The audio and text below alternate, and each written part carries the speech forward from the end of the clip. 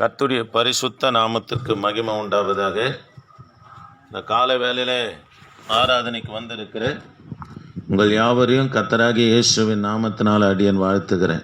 அல்லேலூயா, அல்லேலூயா.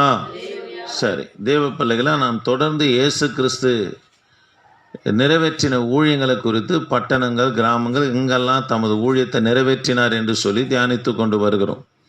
இன்றைக்கும் அவர் எருசலேமில் நிறைவேற்றின ஊழியத்தை குறித்து தான் லூக்கா சுவிசேஷ புத்தகம் 14ஆம் அதிகாரம் 25 37 வரைக்கும். லூக்கா சுவிசேஷ புத்தகம் 14ஆம் அதிகாரம் 25 37 வரைக்கும் வாசித்து பார்ப்பீங்கன்னா 25ஆம் வசனத்தை பாருங்கள்.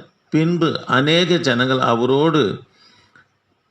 அவரோடு கூட பிரயாணமாய் போகையில் அவரிடமாய் அவர் திரும்பி பார்த்து, கவனிக்கலாம், இயேசு கிறிஸ்து பிரயாணப்பட்டு போகும்போது அவரை பின்பற்றும்படியாக திரளான ஜனங்கள் புறப்பட்டு போகிறாங்க. போகும்போது கர்த்தர் அந்த ஜனங்களை பார்த்து என்ன சொல்கிறாருன்னா, தேவ பிள்ளைகளை தனக்கு சீஷனாக இருக்கணும் அப்படின்னு சொன்னால் என்னை பின்பற்றணும், என்னை ஆராதிக்கணும், எனக்கென்று ஊழியம் செய்கிறவனுக்கு இருக்க வேண்டிய தகுதியை குறித்து சொல்கிறார். அதுதான் கவனிக்கலாம், இயேசுவுக்கு சீஷனாக இருக்க வேண்டிய கிரயத்தை குறித்து சொல்கிறார். தேவ பிள்ளைகளே, கிறிஸ்துவ வாழ்க்கை என்பது கிரயம் செலுத்தினாதான் நம்ம கர்த்தருக்கென்று வாழ முடியும். அதை தான் பேதுருவை பார்த்து சொல்கிறார், என்னை ஒருவன் பின்பற்ற வர விரும்பினால் அவன் தன்னைத்தானே வெறுத்து பாருங்கள், தனக்கு கொடுக்கப்பட்ட சிலுவை எடுத்துக்கொண்டு வர கடவான் என்று சொல்கிறார். ஆக எனக்கு அன்பான கர்த்தருடைய பிள்ளைகளை, தேவனுக்கு சீஷனாக இருக்க வேண்டிய கிரயம் தகுதியை குறித்து இந்த இடத்துல நம்ம சொல்கிறார். கவனிக்கலாம், இதில் ரொம்ப கர்த்தருடைய பிள்ளைங்க ஜாக்கிரதையாக இருக்கணும். என்ன பொருள்பட சொல்கிறார்னா, அழைக்கப்பட்டவர்கள் அபாத்திரராய் போனவர்கள் என்று 2 பொருள்பட கர்த்தராகிய இயேசு கிறிஸ்து தன்னை பின்பற்றி வருகிற ஜனங்களை பார்த்து சொல்கிறார். கவனிக்கலாம், தன்னை ஒப்பு கொடுக்கிறவன் தன்னைத்தானே, தன்னை தேவனுக்கென்று ஒப்பு கொடுக்கிறவன் தான் எனக்கு சீஷனாக இருப்பான் என்று சொல்லுகிறார். பாருங்க, 26 வாசிக்கலாமா? என்னிடத்தில் வந்து தன் தகப்பனையும் தன் தாயும் தன் மனைவியும் தன் பிள்ளைகளையும் சகோதரியும் தன் ஜீவனையும் வெறுக்காவிட்டா எனக்கு சீஷனாக இருக்க மாட்டான் என்று கர்த்தர் சொல்றார். தேவ பிள்ளைகளை பின்பற்றி வருகிற ஜனங்களை பார்த்து 26ஆம் வசனத்தில் கர்த்தர் என்ன குறிப்பு கொடுக்குறாருன்னா, இயேசுவுக்கு மட்டும்தான் நம்ம முதலிடம் கொடுக்க வேண்டும். மற்றவர்கள் தேவையில்லாத இடத்துல தான் வைக்கணும். சில ஊழியக்காராக இருக்கட்டும், விசுவாசிகளாக இருக்கட்டும், தேவையில்லாத முதல்ல வச்சிடுவாங்க. ஞாயிற்றுக்கிழமை ஆராதனை நடக்கும், சபையில் ஆராதனை நடக்கும். ஆனால் இவங்க பார்த்தீங்கன்னா தேவையில்லாத இருக்கிற திருமண காரியங்கள் என்ன பண்ண பங்கெடுத்து சபை கூடுதல் என்ன பண்ண அசட்டை பண்ணுவாங்க. சில ஊழியரும் கூட தான் சபையில் நடக்கிற ஆராதனை நடத்தாமல் எங்காயிலும் ஊழியக்கார கூட்டம் நடக்கும்னா அதில் போய் உட்காந்து இருப்பாங்க. தேவ பிள்ளைகளை, இயேசுக்கு மட்டும்தான் முதலிடம் கொடுக்கணுமே தவிர மற்றவைகள் என்ன பண்ணால் தேவை இல்லாத இடத்துல வைக்க வேண்டும் என்கின்ற முதலாவது குறிப்பை சீஷனாக இருக்க வேண்டிய தகுதி என்ன பண்ண சொல்லுகிறார். ஆக எந்த ஊழியக்காரனாக இருக்கட்டும், விசுவாசிகளாக இருக்கட்டும், யார் கர்த்தரை முதலிடம் கொடுத்துட்டு மற்ற காரியங்களை பாருங்கள், உலக காரியமாக இருக்கட்டும், தன் தேவையாக இருக்கட்டும், குடும்ப தேவையாக இருக்கட்டும், அதை 2வது பட்சத்தில் வைத்து பார்க்குறவங்களை கர்த்தர் பிரகாசிக்க வைப்பாருங்க. அல்லேலூயா. பாருங்க, இப்போது ஆண்டவர் இதற்கு 2 ஓமைகளை கர்த்தர் நம்ம சொல்லுகிறார். அல்லேலூயா. எத்தனை ஓமைகளை சொல்கிறாரு? 2 ஓமையை சொல்கிறார். 28 30 வரைக்கும் வாசித்து பார்ப்போம்னா, கோபுரம் கட்டுகிற ஒரு ஓமையை சொல்லுகிறார். கோபுரம் கட்டுகிற ஓமை கவனிக்கலாம். இங்கே சொல்கிறார் பாருங்க, உங்களில் ஒருவன் ஒரு கோபுரத்தை கட்ட மனதாக இருந்து அஸ்திபாரம் போட்ட பின்பு அதை முடிக்க திறனை இல்லாமல் போவானா, பார்க்கிற எல்லாரும் அந்த மனுஷன் என்ன பண்ணா பரியாசம் பண்ணுவார்கள் என்று சொல்லுகிறார். அல்லேலூயா. தேவ பிள்ளைகளே, இந்த கோபுரம் கட்டுகிற ஓமை எதுக்காக சொல்கிறான்னா, கட்டுகிறதுக்கு முன்பதாக அதுக்கு உண்டான செலவு என்னவனா கணக்கு பார்க்கணுன்றார். பாதியில் விட்டுட்டா கவனிக்கலாம், ஜனங்க அவனை என்ன பண்ணுவாங்களாம், பரியாசம் பண்ணுவாங்கன்னு சொல்கிறார். 2வது 30 33 வரைக்கும் நீங்கள் வாசித்து பார்ப்பனா 2வது ஓமையை சொல்கிறார். கவனிக்கலாம். இரண்டாவது ஓமையை சொல்றாரு பாருங்க. இரண்டாவது ஓமை பாருங்க, 30 வாசிங்கம்மா. அந்த மனுஷன் இல்லை 31 வாசிங்க, 31 வாசிங்க.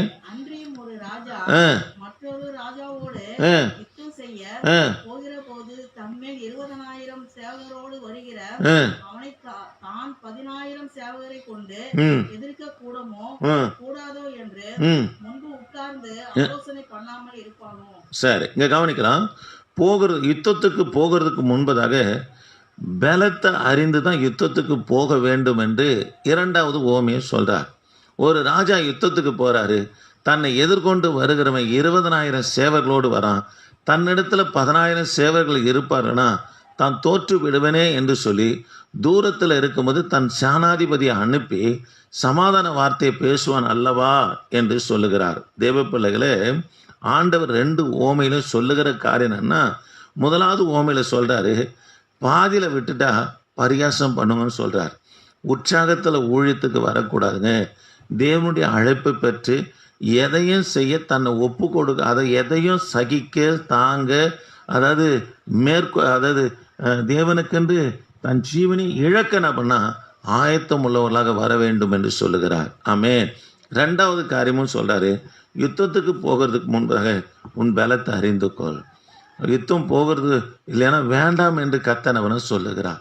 எதற்கு அவர்கள் 20,000 பேரோடு வரான், நீ 10,000 பேரோடு போய் யுத்தம் பண்ணி அவனை ஜெயிக்க முடியுமா? முடியாது என்று கர்த்தர் என்று சொல்றார். ஆகவே 33 வசனத்தில் பாருங்க, அப்படியே உங்கள் எவனாகிலும் தனக்கு உண்டானவர்கள் எல்லாவற்றையும் வெறுத்து விடாமல் அவன் எனக்கு சீஷனா இருக்க மாட்டான் என்று சொல்லுகிறார். தேவ பிள்ளைகளே, இந்த 2 ஓமையும் சொல்லிட்டு ஆண்டவரிடத்துல போனா எதையும் இழக்க அவன் என்ன பண்ணா ஆயத்தமாக இருக்க வேண்டும் என்று சொல்றார். எதை இழக்க பாருங்க, தன்னை இழக்க நேரிட்டாலும் ஆயத்தமாக இருக்கணும். பரியாசம் வந்தாலும் அதை சகிக்க ஆயத்தமாக இருக்கணும். சோதனைகள் வந்தாலும், பிரச்சனைகள், போராட்டம், பாடு, அவமானம், நிந்தை, பழி சொல்லு வந்தாலும் அதை மேற்கொள்வதற்கு என்ன பண்ணா அதை மேற்கொள்ளவும், அதை சகிக்கவும், அது நிமித்தமாக வருகிற இழிவை அதாவது அவன் தாங்கி கொள்ளவன் என்ன பண்ண அவன் ஆயத்தம் உள்ளவனாக இருக்க வேண்டும் என்று கர்த்தர் இந்த இடத்துல சொல்லுகிறத பார்க்கிறோம். அல்லேலூயா. என்னை இப்படி பேசிட்டாங்க ஐயா. ஒரு ஐயா சொல்கிறாரு, நல்லா ஊழியம் செஞ்சுன்னு என் மனைவி அப்படி பேசினாங்க, அதனால் நான் ஊழியத்தை விட்டுட்டேன்ட்டாங்க. பாருங்க, சில விசுவாசிகளுடைய போராட்டத்தின் நிமித்தமாக நான் ஊழியத்தை விட்டேன், சபையை விட்டேன், இப்போ நான் சுவிசேஷனாக திரிகிறேன் என்று சொல்கிறார். அப்படிலாம் இல்லைங்க தேவ பிள்ளைகளே. ஆண்டவிடத்தில் போனான், ஆண்டுடைய ஊழியத்தை செய்ய அல்லது விசுவாசிகள் கர்த்தருக்கென்று வாழ தீர்மானித்தா எதையும் இழக்கனவனா ஆண்டுடைய பிள்ளைங்க ஆயத்தமாக இருக்கணும். உலகத்தில் ஒரு பழமொழி சொல்லுவாங்க தெரியுமா, அவன் கூழுக்கும் ஆசைப்படுறான், மீசைக்கும் ஆசைப்படுறான்றான். கவனிக்கலாம், ஏதாகிலும் ஒன்று தான் நான் பண்ண ஆசைப்பட்றேன். 2 எஜமானுக்கு கர்த்தருடைய பிள்ளைங்க ஊழியம் செய்யக்கூடாது. அப்போ கர்த்தருக்கென்று அர்ப்பணிக்கப்பட்ட பிள்ளைங்க எதையும் செய்ய என்ன பண்ணால் ஆயத்தமாக இருக்கணும். தன்னையே இழக்கவா, பாடு வருதா, பரிகாசம் வருதா, இதெல்லாம் சோர்ந்து போயிட்டு அவங்க ஆவிக்குரிய காரியத்தை, விசுவாச ஓட்டத்தை, ஊழியத்தை, தரிசனத்தை அவங்க விட்டு போகிறதுக்கு காரணம் என்னன்னா ஆயத்தம் இல்லைங்க. தேவ பிள்ளைகளை, கர்த்தருடைய பிள்ளைங்க கவனிக்கலாம். எதையும் செய்வதற்கு நம்ம ஆயத்தமாக இருக்க வேண்டும். பாருங்க, இழக்க நேரிடும். உனக்கு கொடுக்கப்பட்ட தரிசனத்தை நிறைவேற்ற வேண்டும் என்ற ஒரு எண்ணம் உங்களுக்குள்ளே இருக்குமானா அது பெரிதாக தெரியாதுங்க.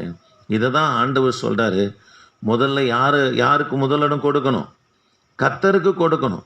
நமக்கு வருகிற இழப்பு, பரிகாசம், நிந்தை, அவமானம், பாடு இதெல்லாம் தேவையில்லாத இடத்துல நம்ம வைக்கணுங்க. அதை முக்கியப்படுத்தக்கூடாது. நான் பெரிய ஊழியக்காரன், நான் மூத்த விசுவாசி, நான் இந்த ஊழியம் செய்கிறேன், அந்த ஊழியம் செய்கிறேன், எப்படி என்ன பேசலாம், எப்படி என்ன பரிகாசம் பண்ணலாம்னு சொல்லி தேவையில்லாததை முக்கியத்துவம் கொடுக்கும்போது கர்த்தருடைய தரிசனம் நமக்கு பெரிதாக தெரியாதுங்க. ஆண்டுடைய ஊழியம் நமக்கு பெரிதாக தெரியாது. நீ அர்ப்பணித்து விசுவாசம் பயணம் பண்ணுகிறது உனக்கு என்ன பண்ண பெரிதாய் தெரியாது.